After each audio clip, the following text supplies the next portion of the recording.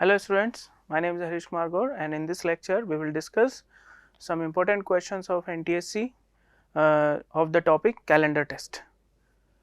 We all know about calendar test. In calendar test we will discuss the questions related with the calendar. हम सभी जानते हैं calendar from 1st January to 31st December, 1st जनवरी से लेकर 31st दिसंबर तक 12 months का जो calendar होता है, ठीक है, उससे रिलेटेड क्वेश्चंस को हम यहाँ पर डिस्कस करते हैं. ओके तो कैलेंडर में अब डिफरेंट टाइप्स के क्वेश्चंस होते हैं. तो मैं पहले आपको क्वेश्चंस को एक्सप्लेन कर देता हूँ कि क्वेश्चंस कौन कौन से होते हैं. सबसे पहले कैलेंडर में क्वेश्चंस होते हैं, फर्स्ट टाइप ऑफ क्वेश्चन जहाँ पर हमें किसी भी पर्टिकुलर डेट का डे फाइंड करना होता है. कोई भी पर्टिकुलर डेट हमको गिवन है, any date that may be of past, that may be of present, that may be of future, वो हमें फाइंड आउट करना होता है. सेकेंड टाइप का क्वेश्चन आता है जिसमें किसी डेट का डे आपको ऑलरेडी गिवन है और उसी डेट के डे के रेस्पेक्ट में हमें नेक्स्ट डेट का डे फाइंड आउट करना होता है. कोई डेट है, उसका डे हमें ऑलरेडी गिवन है कि सपोज इस डेट को वेडनेसडे था, थर्सडे था, तो उसी डे के रेस्पेक्ट में अगली जो गिवन डेट है उसका डे क्या होगा वो हमें फाइंड आउट करना होता है. Next third type of questions होते हैं जिसमें हमें सेम कैलेंडर मंथ या same calendar year find out करना होता है. ओके जैसे कि हमें कोई मंथ दे दिया कि जनवरी हो गया या अक्टूबर हो गया या नवंबर हो गया या फिर जुलाई हो गया, अप्रैल हो गया, कोई सा भी मंथ हो गया, तो उस मंथ के जैसा कैलेंडर कौन से मंथ में रिपीट होगा वो हमें फाइंड आउट करना होता है. Same calendar month. इसी तरह से सेम कैलेंडर ईयर भी होता है जहाँ पर जो ईयर होता है वो सेम कब रिपीट होगा. जैसे कि कोई भी 1972 है, 1974 है, तो वो ईयर दोबारा कब रिपीट होंगे. ईयर रिपीट होने का मीनिंग ये हो गया कि 365 डेज हमारे as it is next year आएंगे. जैसे कि मान लो 1974 में 1 जनवरी से लेकर 31 दिसंबर तक जो भी डेज थे, वही नंबर ऑफ डेज, वही सेम नंबर ऑफ डेज किसी अपकमिंग ईयर कौन से ईयर में आएंगे, तो वो सेम कैलेंडर ईयर हो जाएगा. ओके सो ये बेसिकली 3 टाइप्स के क्वेश्चंस होते हैं इसमें कैलेंडर में. सो हम यहाँ पर क्वेश्चंस के थ्रू इनको डिस्कस करेंगे कैसे सॉल्व किए जाते हैं क्वेश्चंस को.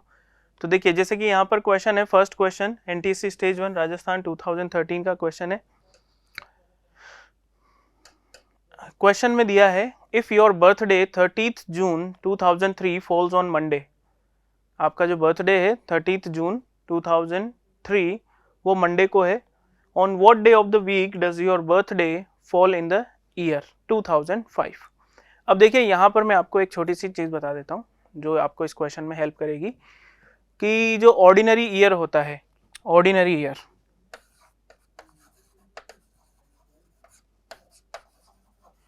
दो तरह के ईयर होते हैं हमारे कैलेंडर में. एक होता है ऑर्डिनरी ईयर और एक होता है leap year. Okay ordinary year में फर्स्ट डे और लास्ट डे सेम होता है. दैट मीन्स हम ये कह सकते हैं कि 1 जनवरी और 31 दिसंबर दोनों सेम डे होते हैं, सेम डे होता है. इसका मीनिंग अगर 1 जनवरी को मंडे है तो 31 दिसंबर को भी मंडे होगा. किसमें? ऑर्डिनरी ईयर में. और अगर 1 जनवरी को फ्राइडे है, सैटरडे है, तो वही सेम डे 31 दिसंबर को होगा. ऑर्डिनरी ईयर में जो डे होता है वो बिल्कुल सेम होता है.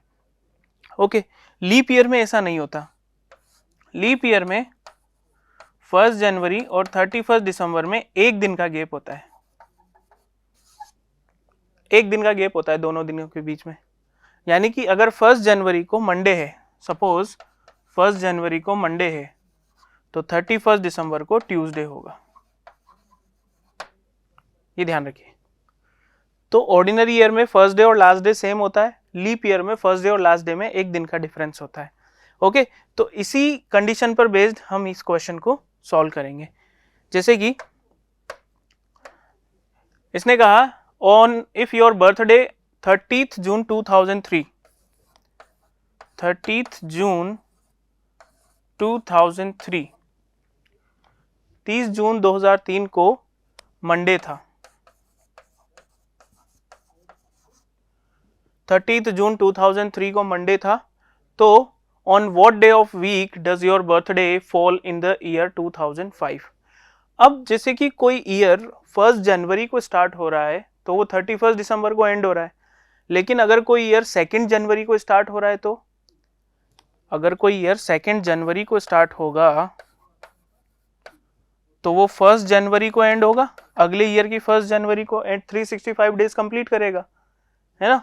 और फिर जो अगला ईयर का 2 जनवरी होगा वहां से अगला ईयर स्टार्ट हो जाएगा, है ना। तो सेम कंडीशन हम यहाँ पर फॉलो करेंगे। सेम कंडीशन ये कहेगी, कहती है कि आपका ईयर 30 जून को स्टार्ट हुआ, मान लीजिए आपका ईयर 30 जून को स्टार्ट हुआ, ओके। अब 30 जून को अगर कोई स्टार्ट हुआ है ईयर, तो इसके एक दिन पहले यानी कि 29 जून 2004 को वो ईयर कंप्लीट हो जाएगा, यानी कि 2004 में जो 30 जून आएगी वहां से अगला ईयर स्टार्ट हो जाएगा।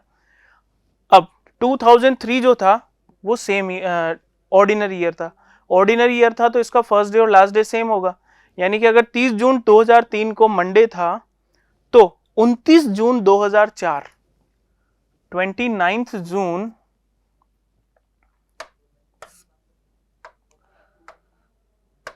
29 जून 2004 29 जून 2004 को भी मंडे ही होगा, क्योंकि जो ईयर 30 जून से स्टार्ट हुआ है वो ईयर 29 जून पे एंड होगा और 30 जून को वापस अगला ईयर आ जाएगा।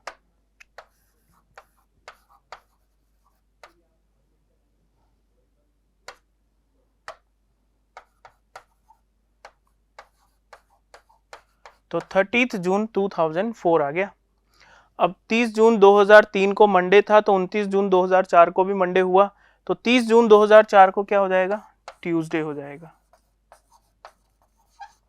तो वही कंसेप्ट लग गया ना कि 1 जनवरी को जो डे था वही 31 दिसंबर को हो गया, तो यानी कि अगली जो 1 जनवरी आएगी उसको एक दिन प्लस हो जाएगा, अगला जो सेम डे आया उसमें एक दिन प्लस हो गया, फिर वापस अगला जो सेम डे आएगा उसमें एक दिन प्लस हो जाएगा वापस से, है ना।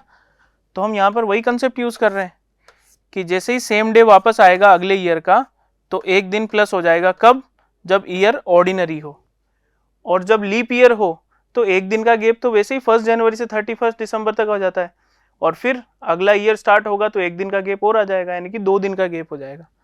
तो ऑर्डिनरी ईयर में एक दिन का गैप होता है और लीप ईयर में 2 दिन का गैप होता है, ये ध्यान रखिए, ओके। तो 30 जून 2003 को मंडे था, 30 जून 2004 को ट्यूसडे है। अब हम बात करते हैं 30 जून 2005 की, because the question was asked that in 2005 on the same day which day will fall, इसी डेट पर 2005 में कौन सा डे होगा वो हमें फाइंड आउट करना है। तो 30 जून 2004 को तो ट्यूसडे था। अब हम बात करें अब देखिए यहां पर एक कंसेप्ट और हो गया जिसकी वजह से क्या हुआ कि ये हमारा डे रॉन्ग हो गया। रॉन्ग कैसे हुआ, देखिए 30 जून 2003 एक ऑर्डिनरी ईयर था, लेकिन 2004 एक ऑर्डिनरी ईयर नहीं है, 2004 एक लीप ईयर है, ठीक है। और चूंकि 2004 एक लीप ईयर है और इस स्लॉट में उस लीप ईयर का फरवरी इंक्लूड हो रहा है, हम जून तक पहुंच चुके हैं यानी कि फरवरी ऑलरेडी आ चुका है, और लीप ईयर में जो एक्स्ट्रा दिन होता है वो फरवरी में होता है, ओके।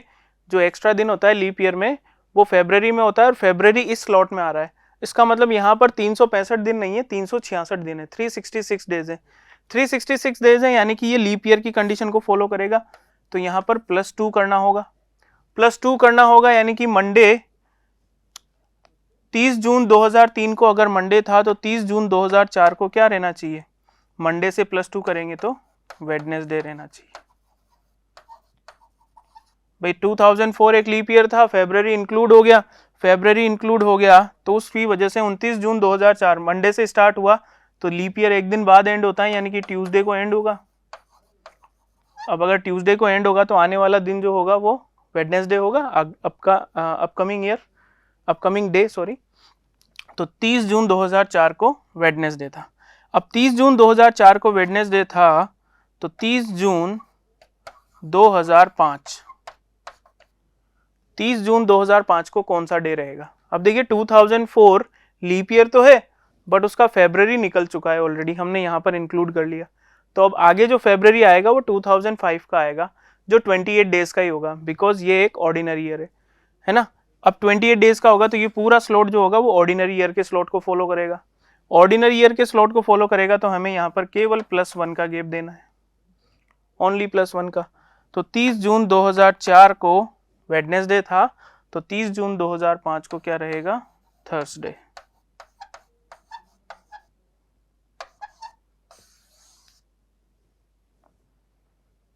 तो हमारा आंसर क्या हो जाएगा, थर्सडे।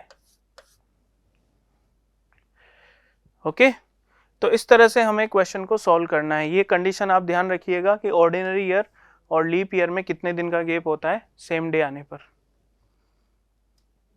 नेक्स्ट क्वेश्चन है, on what day of the week India will celebrate its republic day on 26 January 2015। अब ये देखिए, ये फर्स्ट टाइप ऑफ क्वेश्चन है जो मैंने आपको एक्सप्लेन किया था कि किसी भी डेट का डे कैसे फाइंड किया जाता है। तो किसी भी डेट का डे फाइंड करने के लिए हम यहाँ पर सॉल्व करते हैं। जैसे कि हमें डेट गिवन है 26 जनवरी 2015, इसका हमें डे फाइंड आउट करना है। ओके, तो सबसे पहले हम क्या करेंगे, गिवन डेट को 2 पार्ट में डिवाइड करेंगे।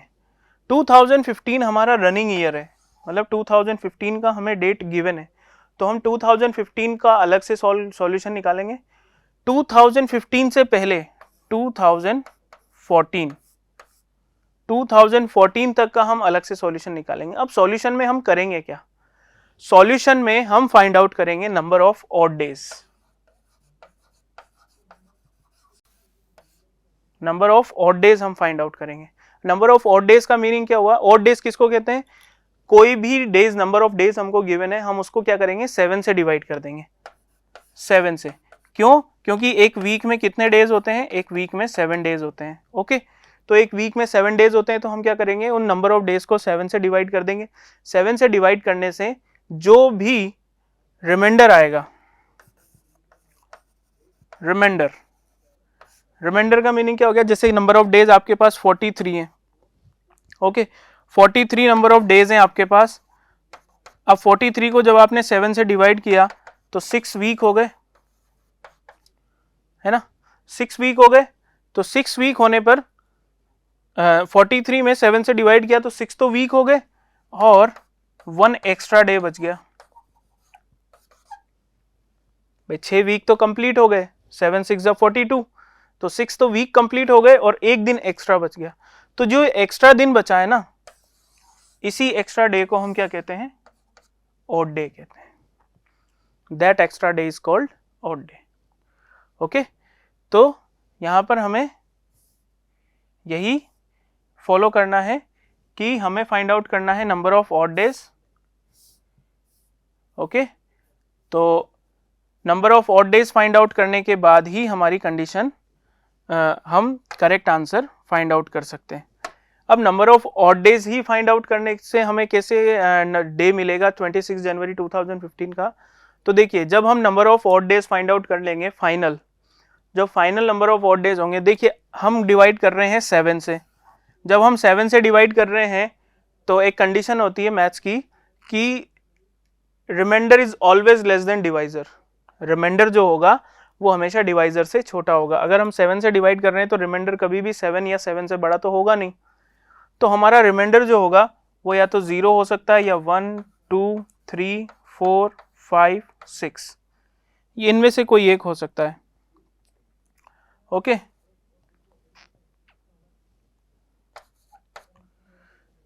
इन 7 रिमाइंडर्स में से कोई भी एक रिमाइंडर हो सकता है जब हम 7 से डिवाइड करेंगे। तो जब हम फाइनल रिमाइंडर डिस्कस करेंगे तो फाइनल रिमाइंडर अगर 0 होता है तो उस दिन कौन सा डे होगा, संडे होगा। अगर 0 ऑड डे होते हैं तो उस दिन संडे होगा।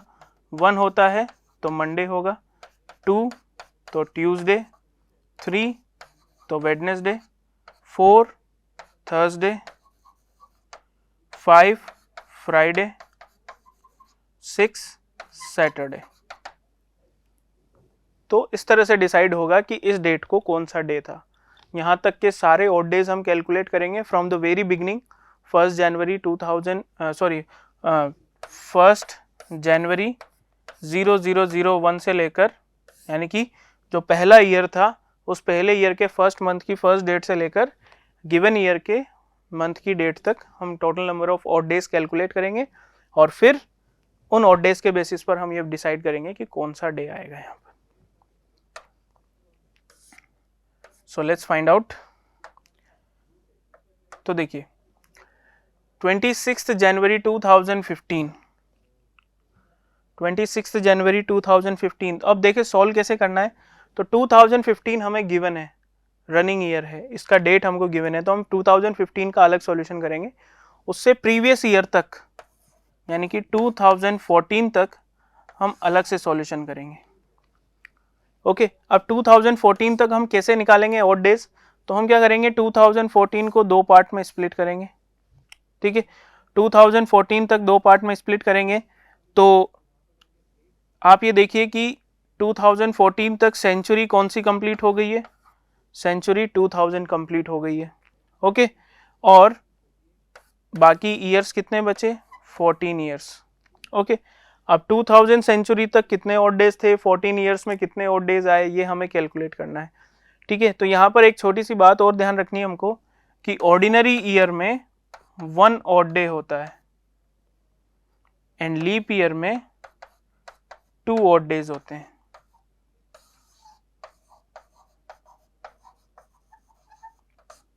ये भी हमें पता होना चाहिए कि ऑर्डिनरी ईयर में 1 ऑड डे होता है, लीप ईयर में 2 ऑड डेज होते हैं। ठीक है, और उसी के बेसिस पर जब हम कैलकुलेट करते हैं तो 100 ईयर्स में 5 ऑड डेज, 200 ईयर्स में 3 ऑड डेज, 300 ईयर्स में 1 ऑड डे और 400 ईयर्स में 0 ऑड डे। और ये साइकिल चलता रहता है, 100 में 5, 200 में 3, 300 में 1, 400 में 0, फिर वापस 500 में 5, 600 में 3, 700 में 1, 800 में 0, 900 में 5। तो इनके जो भी मल्टीपल्स है ना, फोर्थ मतलब 400 ईयर्स आप इनमें ऐड करते जाओ। 4 ईयर्स 400 प्लस 400 कर दो हर एक में, तो सेम ऑड डे मिलेंगे आपको। प्लस 400 करते जाइए आप, प्लस 400 करते जाएंगे तो आपको same number of odd days मिलते जाएंगे। ओके, तो जैसे कि प्लस 400 किया तो 500, फिर 500 में प्लस 400 किया तो 900, 1300, 1700, सब में 5 ऑड डेज होंगे। ऐसे ही 300 में प्लस 400 किया तो 700, 1100, 1500, 1900, सब में 1 ऑड डे होगा। ऐसे ही 400, अब 400 में जब भी प्लस 400 करते जाओगे तो आपको 0 ऑड डे मिलेगा। तो इसी 400 में जब हम प्लस 400 प्लस 400 प्लस 400 करते जाएंगे तो एक जगह पर आकर 2000 आ जाएगा। तो 2000 में नंबर ऑफ ऑड डेज कितने हो जाएंगे? नंबर ऑफ ऑड डेज हो जाएंगे 0। 2000 में नंबर ऑफ ऑड डेज हो जाएंगे आपके 0। ओके, अब हम बात करते हैं 14 ईयर्स की। तो 14 ईयर्स में number of odd days calculate करने के लिए हम क्या करेंगे, यहाँ पर फाइंड आउट करेंगे कि लीप ईयर कितने हैं और ऑर्डिनरी ईयर कितने हैं। तो देखिए 14 ईयर्स में हर 4 साल में एक लीप ईयर आता है, in every 4 year there is a leap year. तो हम क्या करेंगे, 14 को डिवाइड कर देंगे 4 से। सो हमें मिला 3 कोशेंट, 3 टाइम्स कंप्लीट डिविजिबल होगा। तो जितने टाइम कंप्लीट डिविजिबल है वो तो हो जाएंगे आपके लीप ईयर, और जो रिमेनिंग रहे वो हो जाएंगे आपके ऑर्डिनरी ईयर। तो 3 तो लीप ईयर आएंगे, 4th ईयर, 8th ईयर और 12th ईयर। तो ये तो 3 तो लीप ईयर हो गए। ओके, अब एक लीप ईयर में 2 ऑड डेज होते हैं, तो 3 लीप ईयर में 6 ऑड डेज। एक ऑर्डिनरी ईयर में 1 ऑड डे होता है, तो 11 ऑर्डिनरी ईयर में 11 ऑड डेज। और 6 + 11 अगर हम कर देंगे तो total number of odd days कितने आ जाएंगे हमारे पास? 17।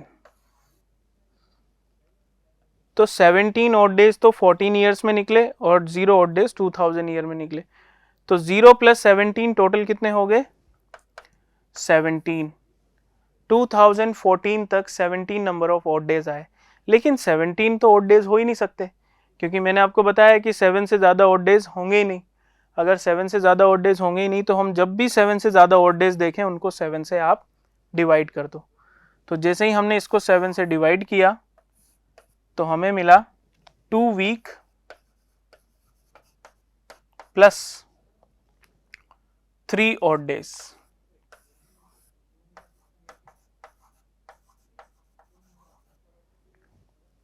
तो 2014 तक हमारे पास ओनली 3 ऑड डेज थे।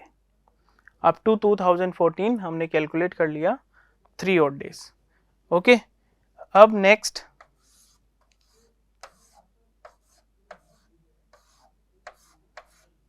टू 2014 तक का कैलकुलेशन हो गया। अब हम बात करते हैं 2015 यानी कि रनिंग ईयर की। तो रनिंग ईयर में हम देखते हैं 2015 में पहला ही मंथ है जनवरी। ओके, जितने डेज हमको गिवन है वहां तक के सारे डेज हमको लेने हैं। तो आप देखिए 2015 26 जनवरी, जनवरी का मंथ है और जनवरी के 26 डेज गिवन है। तो टोटल 26 डेज लेने, उस ईयर में जो मंथ दिया हुआ है वहां उस मंथ की उस डेट तक के सारे डेज लेने हैं फ्रॉम द 1 जनवरी। 1 जनवरी से लेकर गिवन डेट तक के सारे डेज कैलकुलेट करने। सपोज अगर यहाँ पर फेब्रवरी दे रखा होता 26 फरवरी, तो जनवरी के पूरे 30 डेज आते, जनवरी के पूरे 31 डेज आते और फिर फरवरी के 26 दिन आते। तो टोटल डेज हमें लेने हैं 1 जनवरी से लेकर गिवन डेट तक। ओके, तो सारे डेज हमें कैलकुलेट करने हैं। उसके बाद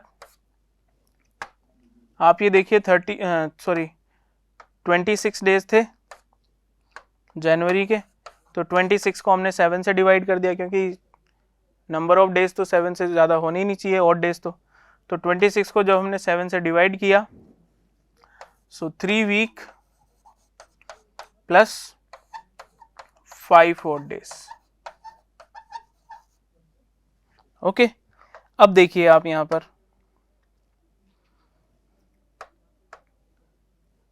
देखिए 5 ऑड डेज तो हमारे 2015 के आए और 3 ऑड डेज हमारे 2014 तक आए।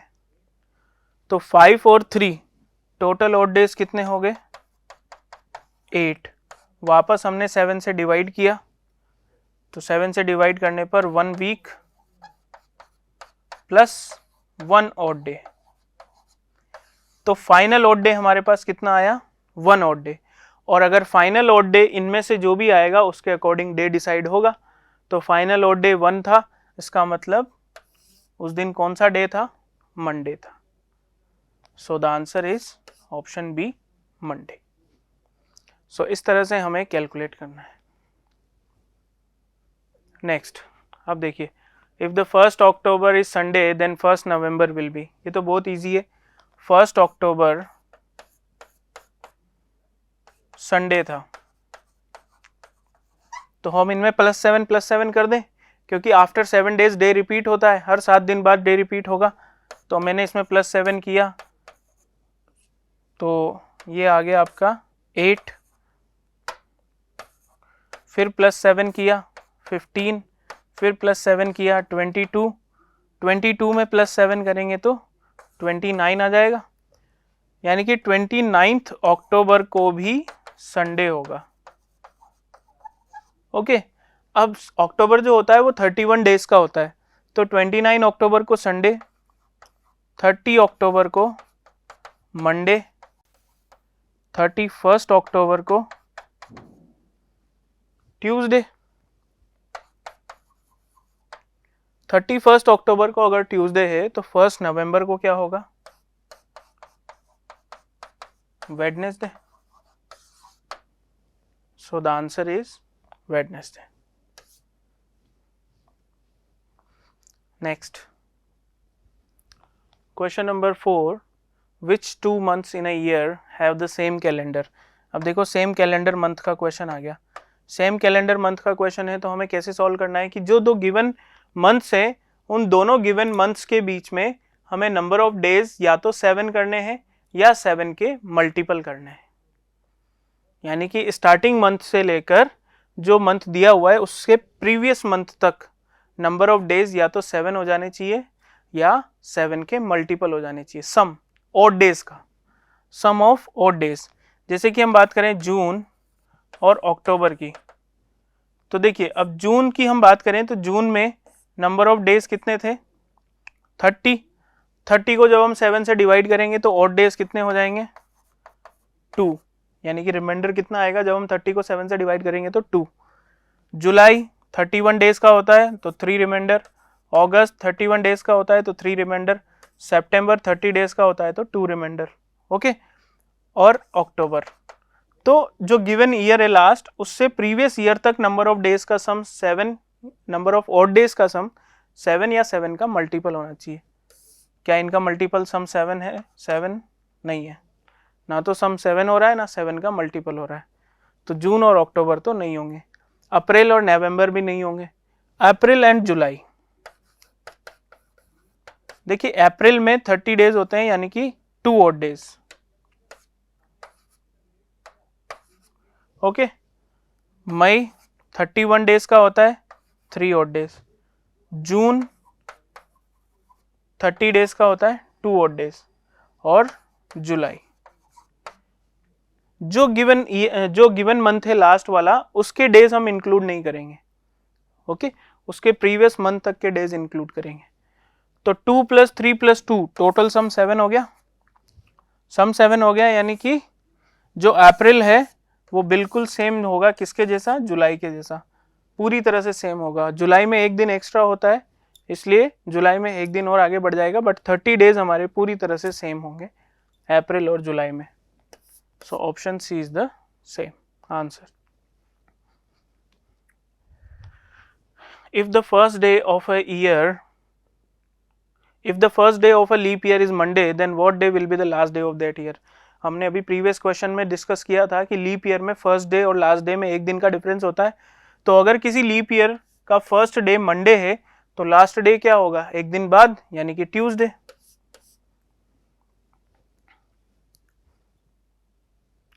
Next, if 14th September 2013 is Saturday, then what day will be on 26 December 2014? अब देखिए 14th September 2013 को सैटरडे था, तो इससे एक साल बाद अगले 14 सितंबर को 2014 में ये पूरा स्लॉट ऑर्डिनरी ईयर का स्लॉट है, क्योंकि 2013 भी ऑर्डिनरी ईयर है और 14 भी ऑर्डिनरी ईयर है, तो ये पूरा ऑर्डिनरी ईयर का स्लॉट है। ऑर्डिनरी ईयर के स्लॉट में एक दिन प्लस होता है, ओके, तो सैटरडे से एक दिन प्लस यानी कि संडे होगा। तो 14 सितंबर 2014 को संडे होगा। हमें निकालना था 22 दिसंबर 2014।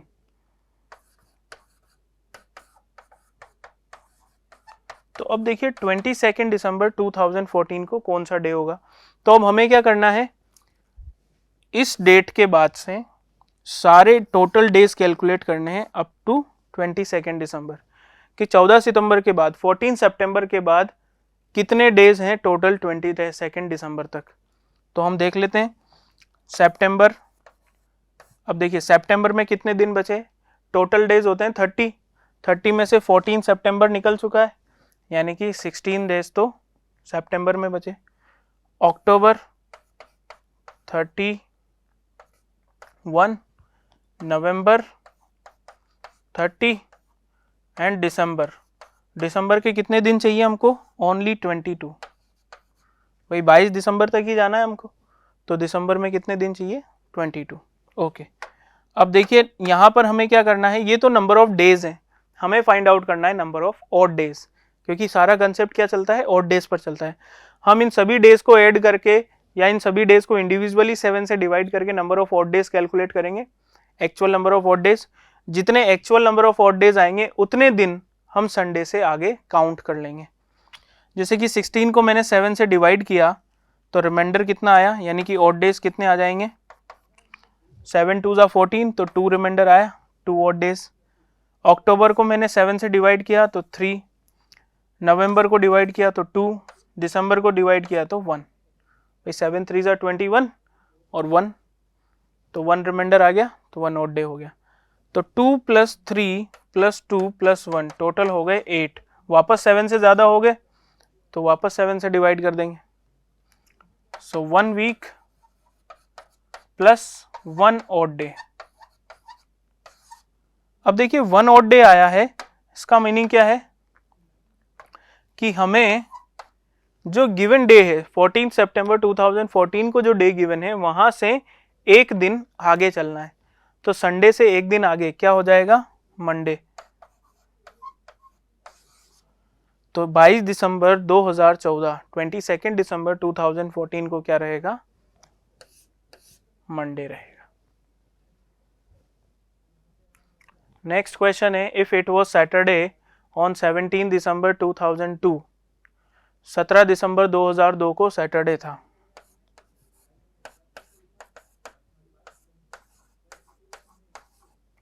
सत्रह दिसंबर 2002 को सैटरडे था। Okay, then what was the day on 22 December 2004। वही ईयर का जंप हो गया, 2002 से 2004 में जाना है हमको, जंप ऑफ ईयर्स। तो देखिए, और 2002 एक ऑर्डिनरी ईयर है, 17 दिसंबर से अगले ईयर की 17 दिसंबर तक जाएंगे तो एक दिन का गैप आएगा, क्योंकि ये भी ऑर्डिनरी है और ये भी ऑर्डिनरी है ना, दोनों ऑर्डिनरी ईयर हैं, तो यहाँ पर पूरा ऑर्डिनरी ईयर का स्लॉट है, तो एक दिन का गैप आएगा, यानी कि ये क्या हो जाएगा, संडे। 17 दिसंबर 2003 को क्या हो जाएगा, संडे। अब 17 दिसंबर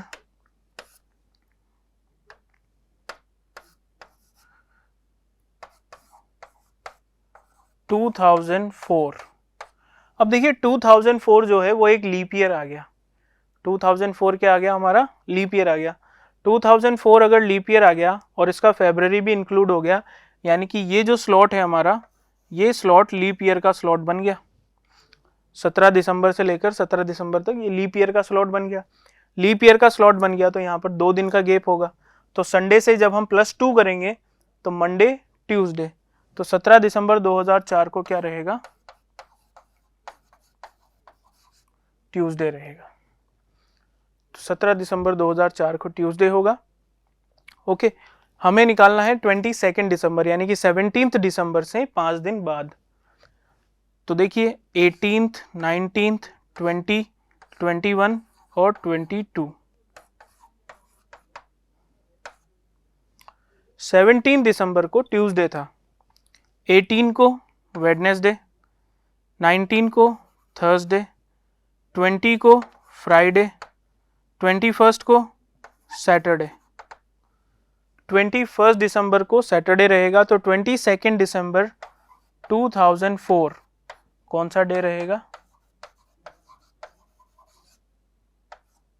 संडे।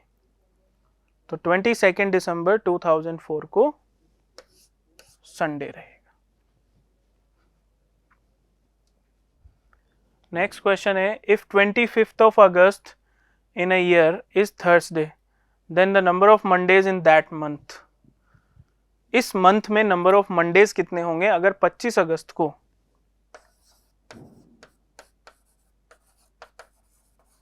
25 अगस्त को थर्सडे था, ठीक है। तो हम माइनस माइनस करके हम क्या करते हैं, 1 अगस्त का डे निकाल लेते हैं। अगर 1 अगस्त का डे निकल गया तो हमें पता चल जाएगा कि कितने मंडेज होंगे, क्योंकि हर 7 दिन बाद डे रिपीट होता है। तो देखिए 25 अगस्त में से हमने -7 किया तो ये हो गया आपका 18, तो 18th को भी सेम डे रहेगा। फिर -7 किया तो ये हो जाएगा आपका 11, तो 11th को भी सेम डे रहेगा। फिर -7 करेंगे तो ये हो जाएगा आपका 4th, तो 4th ऑफ अगस्त को भी थर्सडे रहेगा। 4th अगस्त को थर्सडे रहेगा, ठीक है। उससे पहले हम देख लेते हैं 4th अगस्त को थर्सडे,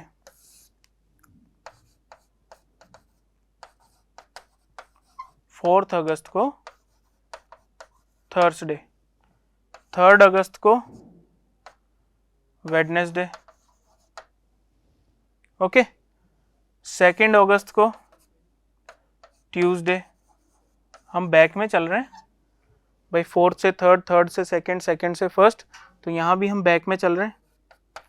तो 1 अगस्त को क्या रहेगा, मंडे। अब हमें पता चल गया कि 1 अगस्त को उस ईयर में मंडे रहेगा। 1 अगस्त को मंडे रहेगा तो इसमें +7 करते जाएंगे तो हमें पता चल जाएगा कि भाई 1 को मंडे था, +7 करेंगे तो 8 को भी मंडे होगा, +7 करेंगे तो 15 को भी मंडे होगा, ओके, +7 करेंगे तो 22 को भी मंडे होगा, +7 करेंगे तो 29 को भी मंडे होगा,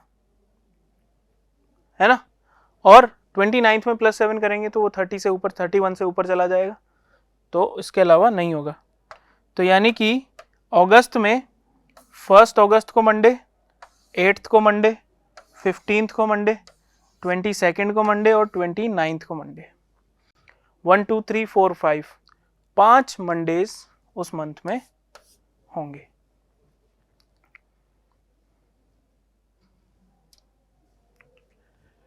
If it was Sunday on 1st January 2006, 1st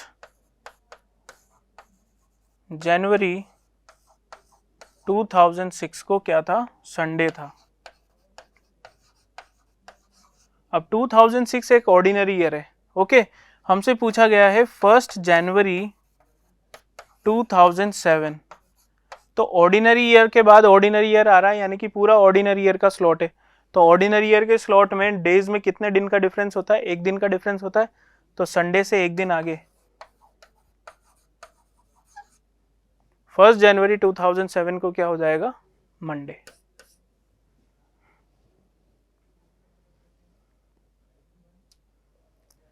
next question number 10, if the third day of the month is Monday, which one of the following will be the 5th day from 21st of this month? किसी भी particular month में तीसरा दिन Monday है, तीसरा दिन है यानी कि 3rd of that month is Monday।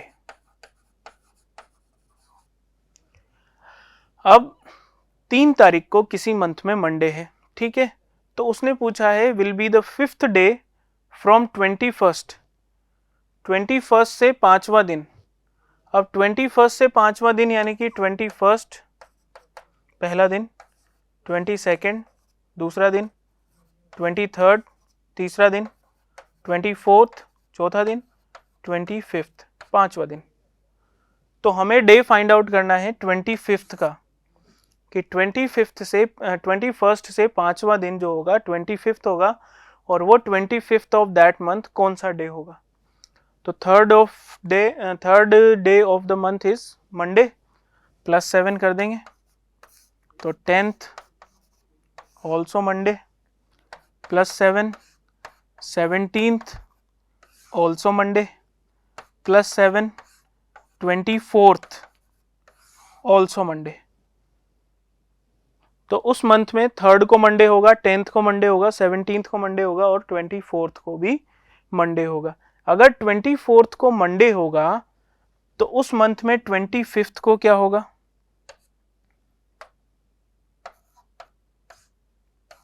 Tuesday. तो हमारा आंसर क्या हो जाएगा, Tuesday.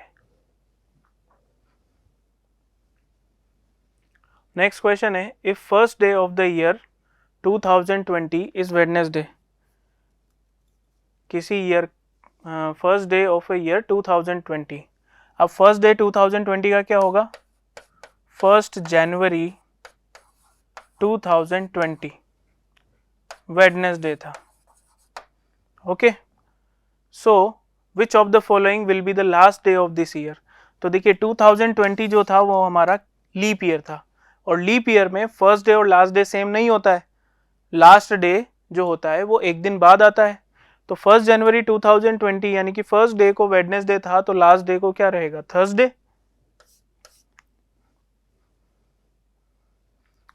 Question number 12, if it was Tuesday on 24th March 2020, 24th मार्च 2020 को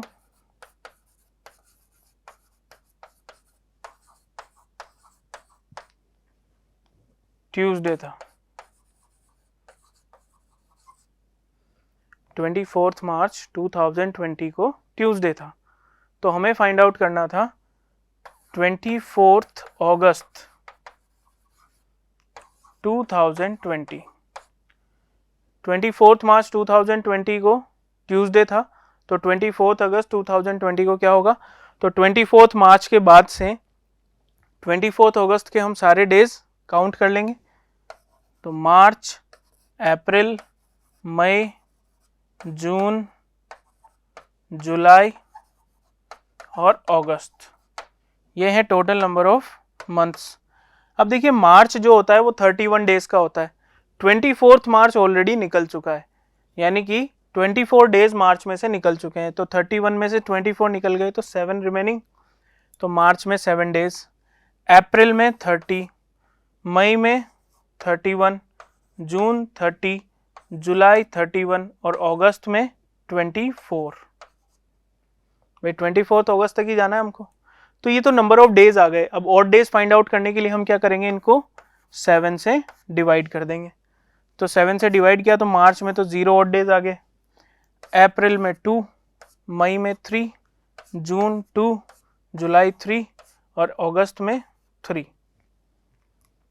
टोटल काउंट कर लेते हैं, 2 + 3 + 2 + 6 13, वापस 7 से डिवाइड कर दिया, 1 week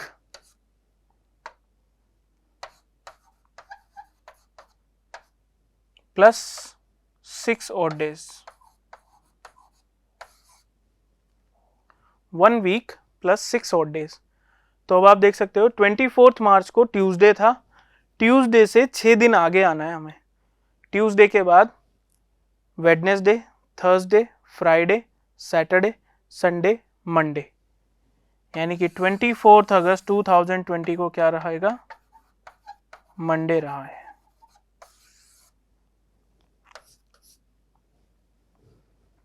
moving to next,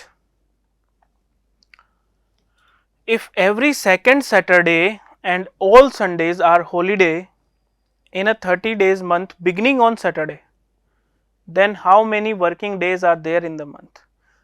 question में दिया हुआ है कि मंथ का जो फर्स्ट डे है वो क्या है, सैटरडे है।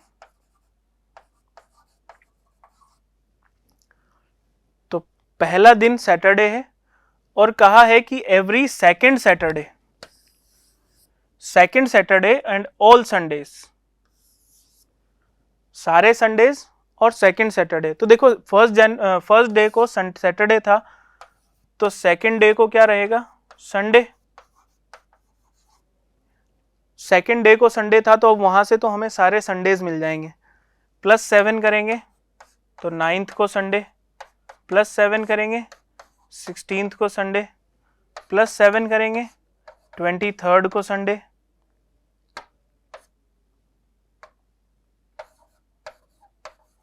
है ना, 23rd को संडे, 9th को भी संडे, 16th को भी संडे, 23rd को भी संडे, और 23rd में जब +7 करेंगे तो 30th को भी संडे।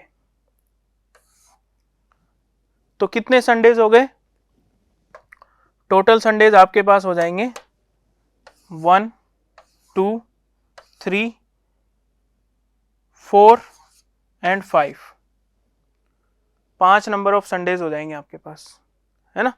तो 5 तो संडे हो गए, ओके, 5 संडे हो गए। अब सेकंड सैटरडे, तो हम देख लेते हैं सैटरडेज कौन कौन से हैं, +7 यानी कि 8th को सैटरडे, ये हमारा सेकंड सैटरडे होगा, बिकॉज फर्स्ट सैटरडे तो फर्स्ट को आ गया, सेकंड सैटरडे 8th को होगा। अब एवरी सेकंड सैटरडे, यानी कि सेकंड के बाद अब 4th सैटरडे, तो +7 15th को सैटरडे होगा, +7 22nd को सैटरडे होगा, और ये भी हमारा सेकंड होगा। तो 5 संडेज की तो वो छुट्टी हो गई, एक ये सेकंड सैटरडे और दूसरा ये, हर सेकंड सैटरडे, यानी कि ये पहला सैटरडे, ये दूसरा सैटरडे, फिर वापस ये पहला सैटरडे, ये दूसरा सैटरडे, फिर इसके बाद 29th को सैटरडे आएगा। अब 29th को सैटरडे आएगा तो वो तो छुट्टी रहेगी नहीं, क्योंकि वो पहला सैटरडे होगा, उसके बाद तो कोई आएगा ही नहीं सैटरडे। तो 2 छुट्टियां तो ये सेकंड सैटरडे की हो गई, और 5 जो लीव्स हो गई वो हमारी संडेज की हो गई। तो 5 + 2 टोटल लीव्स कितनी हो गई 7। 30 डेज के मंथ्स में से 7 लीव्स हैं तो टोटल वर्किंग डेज कितने हो गए 23 वर्किंग डेज हो गए। ओके, तो इस तरह से हमें कैलेंडर टेस्ट के क्वेश्चंस को सॉल्व करना है। Thank you.